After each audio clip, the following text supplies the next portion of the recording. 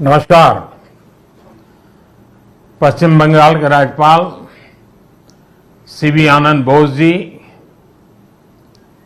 मुख्यमंत्री आदरणीय ममता जी, केंद्रीय मंत्रिमंडल के मेरे सहयोगी अश्विनी वैष्णव जी, सुभाष सरकार जी, निशित प्रामाणिक जी, जॉन बारला जी, नेता विपक्ष शुभेंदु अधिकारी जी, सांसद प्रसून जी, मंच पर विराजमान अन्य साथी, देवी और सज्जनों,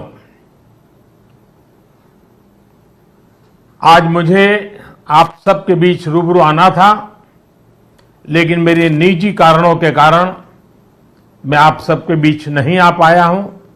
इसके लिए मैं आपकी बंगाल की क्षमा चाहता हूं। बंगाल की पुण्य धरती को, कोलकाता की ऐतिहासिक धरती को आज मेरे लिए नमन करने का अवसर है। बंगाल के कण कण में आजादी के आंदोलन का इतिहास समाहित है।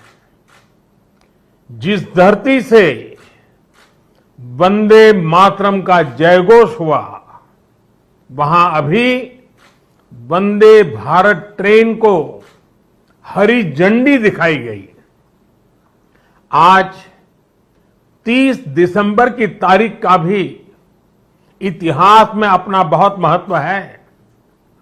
30 दिसंबर 1943 उस दिन ही नेताजी सुभाष ने अंडमान में तिरंगा फहराकर भारत की आजादी का बिगुल फूंका था। इस घटना के 75 वर्ष होने पर साल 2018 में मैं अंडमान गया था। नेताजी के नाम पर एक द्वीप का नामकरण भी किया था। और अब इस समय देश आजादी के 75 वर्ष का पर्व मना रहा है, अमृत महोत्सव मना रहा है। इसी अमृत महोत्सव में देश ने 475 वंदे भारत ट्रेन शुरू करने का संकल्प लिया था। आज इसी में से एक हावड़ा न्यू जलपाईगुड़ी वंदे भारत ट्रेन यहां कोलकाता से शुरू हुई है। आज ही रेलवे और मेट्रो की कनेक्टिविटी से जुड़े अन्य प्रोजेक्ट्स का भी लोकार्पण और शिलान्यास हुआ है।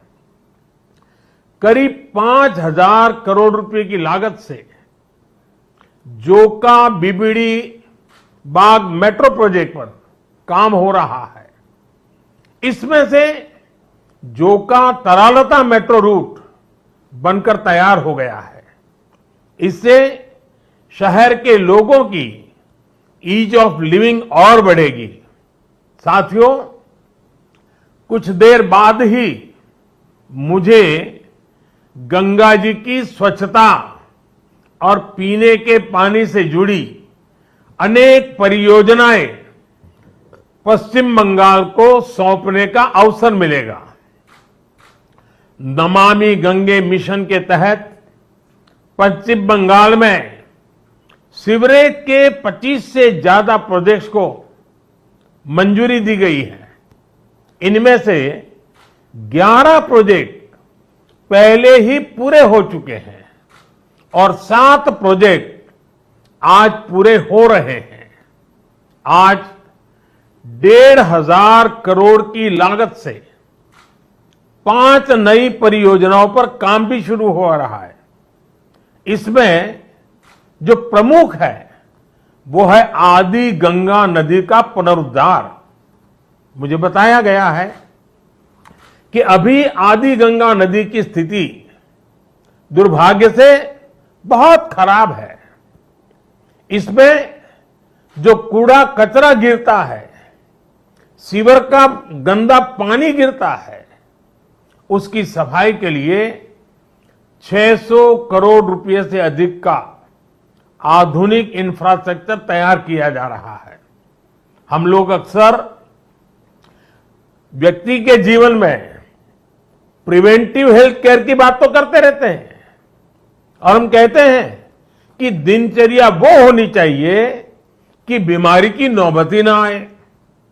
ठीक इसी तरह नदी की गंदगी को साफ करने के साथ ही केंद्र सरकार प्रिवेंशन पर भी बहुत जोर दे रही है और इस प्रिवेंशन का सबसे बड़ा और आधुनिक तरीका है ज्यादा से ज्यादा आधुनिक सीवेज ट्रीटमेंट प्लांट। आने वाले 10-15 साल बाद की जरूरतों को ध्यान में रखते हुए देश में आज ही आधुनिक सीवेज ट्रीटमेंट प्लांट लगवाए जा रहे हैं। आजादी के अमृत काल में हमें फॉरवर्ड लुकिंग सोच और अप्रोच के साथ देश को आगे ले जाना है। साथियों, इस 21वीं सदी में भारत के तेज विकास के लिए भारतीय रेलवे का भी तेज विकास, भारतीय रेलवे में तेज सुधार, ये सारी बातें बहुत जरूरी हैं। इसलिए आज केंद्र सरकार भारतीय रेलवे को आधुनिक बनाने के लिए, रेलवे इंफ्रास्ट्रक्चर को आधुनिक बनाने के लिए रिकॉर्ड इन्वेस्टमेंट कर रही है। आज भारत में भारतीय रेलवे के कायाकल्प का राष्ट्रव्यापी अभियान चल रहा है। आज वंदे भारत, तेजस, हमसफर जैसी आधुनिक ट्रेनें देश में बन रही हैं। आज विस्टाडोम कोचेज रेल यात्रियों को नए अनुभव करा रहे हैं। आज सुरक्षित आधुनिक कोचेज की संख्या में रिकॉर्ड वृद्धि हो रही है। आज रेलवे स्टेशन को भी एयरपोर्ट की तरह विकसित किया जा रहा है। न्यू जलपाईगुड़ी स्टेशन भी इसी लिस्ट में शामिल है। आज रेलवे लाइनों का दोहरीकरण, रेलवे लाइनों का बिजलीकरण जिस रफ्तार से हो रहा है वो पहले कभी नहीं हुआ।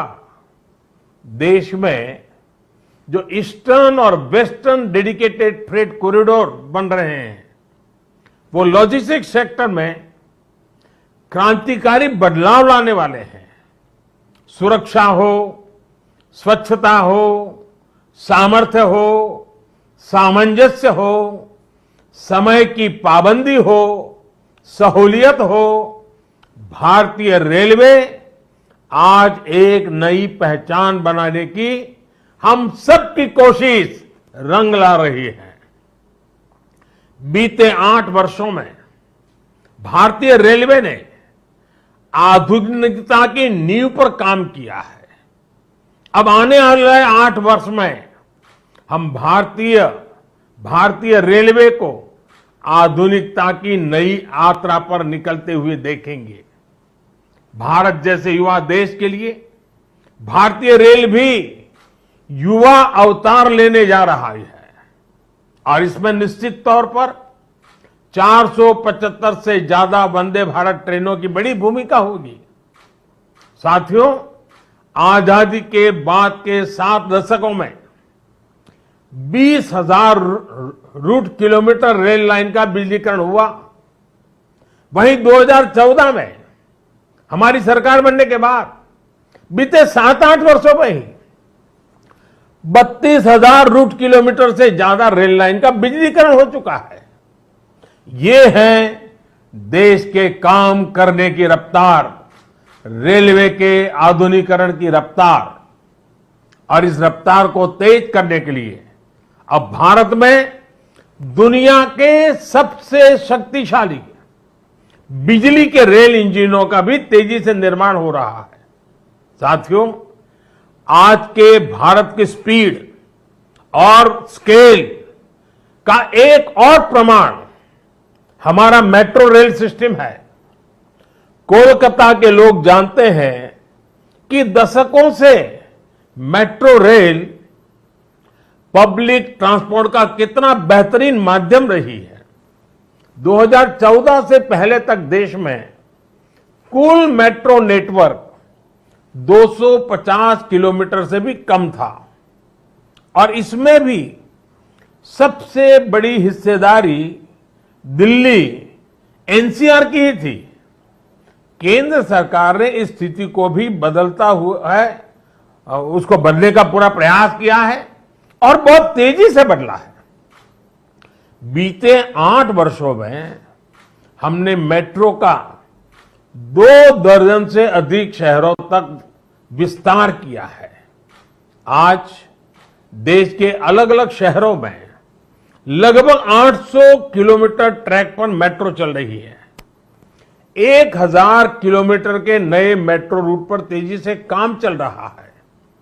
जोका बीबीडी मार्ग मेट्रो परियोजना इसी संकल्प का हिस्सा है।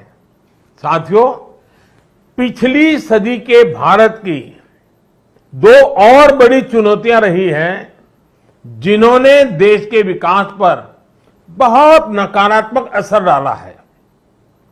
एक चुनौती रही इंफ्रास्ट्रक्चर के कार्यों में विभिन्न एजेंसियों में तालमेल की कमी और दूसरी चुनौती रही ट्रांसपोर्ट के विभिन्न साधनों में भी आपसी तालमेल का जीरो होना। इसका नतीजा ये हुआ कि सरकार के एक विभाग को पता ही नहीं होता था कि दूसरा विभाग कहां नया काम शुरू करने वाला है। इसका खामियाजा देश के ईमानदार टैक्स पेयर को उठाना पड़ता था। देश का ईमानदार टैक्स पेयर हमेशा से सरकारी पैसे की बर्बादी से, परियोजनाओं में देरी से, भ्रष्टाचार से नफरत करता है। जब वो देखता है कि उसकी गाढ़ी कमाई से दिए हुए टैक्स से गरीब का नहीं बल्कि किसी भ्रष्टाचारी का भला हो रहा है, तो उसका खिन्न होना स्वाभाविक है। पैसे की इसी बर्बादी को रोकने के लिए विभागों में, सरकारों में तालमेल को बढ़ाने के लिए पीएम गति शक्ति नेशनल मास्टर प्लान लागू किया गया है। अब चाहे विभिन्न राज्य सरकारें हो, अलग अलग सरकारी विभाग हो, कंस्ट्रक्शन से जुड़ी एजेंसियां हो या इंडस्ट्री के लोग हो, सब एक ही प्लेटफॉर्म पर आ रहे हैं। पीएम गति शक्ति देश में ट्रांसपोर्ट के अलग अलग माध्यमों को जोड़ने, मल्टी मॉडल कनेक्टिविटी के काम को भी गति दे रहा है। आज देश में रिकॉर्ड तेजी से हाईवे बन रहे हैं, एयरपोर्ट बन रहे हैं, वाटरवे बन रहे हैं, नए पोर्ट्स बन रहे हैं और इसमें भी सबसे बड़ी बात यह कि इन्हें अब इस तरह तैयार किया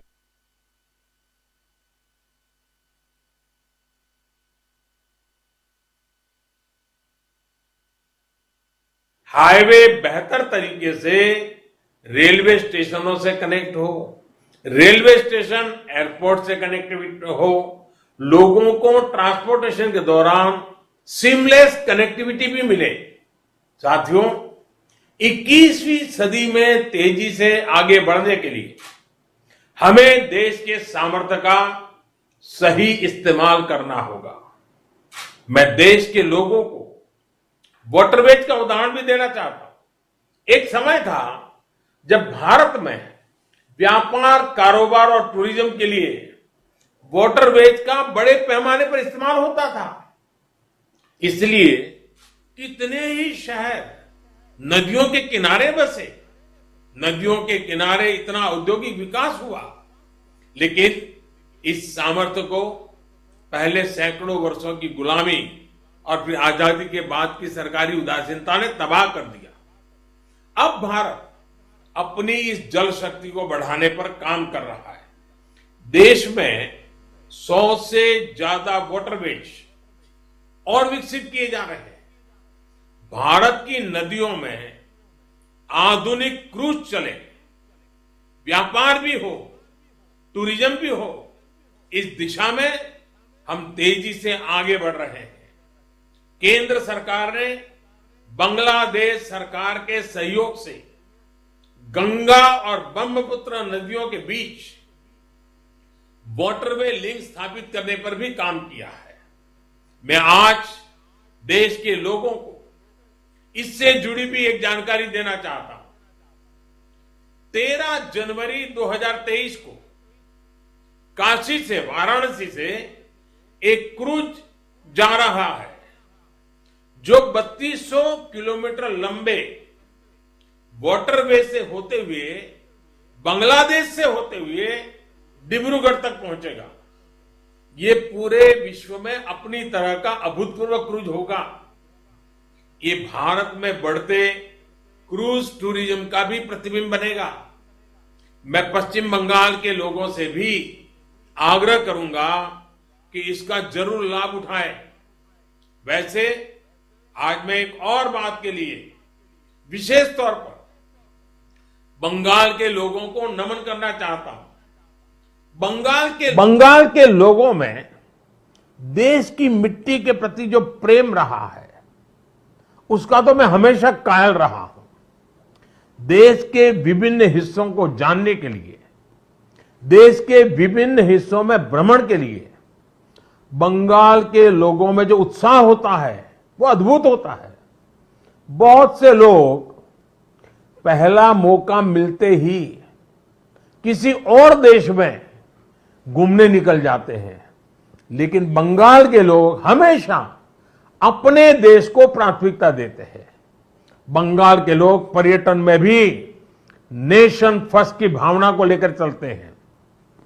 और आज जब देश में कनेक्टिविटी बढ़ रही है, रेलवे, हाईवे, वाटरवे आधुनिक हो रहे हैं, तो इससे ईज ऑफ ट्रैवल भी उतना ही बढ़ रहा है। इसका बड़ा लाभ बंगाल के लोगों को भी मिल रहा है। साथियों, गुरुदेव टैगोर द्वारा रचित प्रसिद्ध पंक्तियां हैं, ओ ओमार देशेर माटी, तोमार पौरे ठेकाई माथा, यानी हे मेरे देश की माटी, मैं तुम्हारे आगे अपना सर झुकाता हूं। आजादी के इस अमृत काल में मातृभूमि को सर्वोपरि रखते हुए हमें मिलकर काम करना है। आज पूरी दुनिया भारत को बहुत भरोसे से देख रही है। इस भरोसे को बनाए रखने के लिए हर भारतीय को पूरी शक्ति लगा देनी है।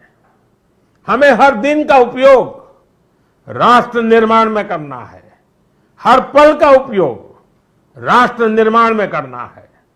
देश सेवा के कार्यों में हमें रुकना नहीं है। इन्हीं शब्दों के साथ मैं अनेक परियोजनाओं के लिए बंगाल को बहुत बहुत बधाई देता हूं। फिर एक बार आपका अभिवादन करता हूं और मैं अपनी बात को समाप्त करता हूं। बहुत बहुत धन्यवाद।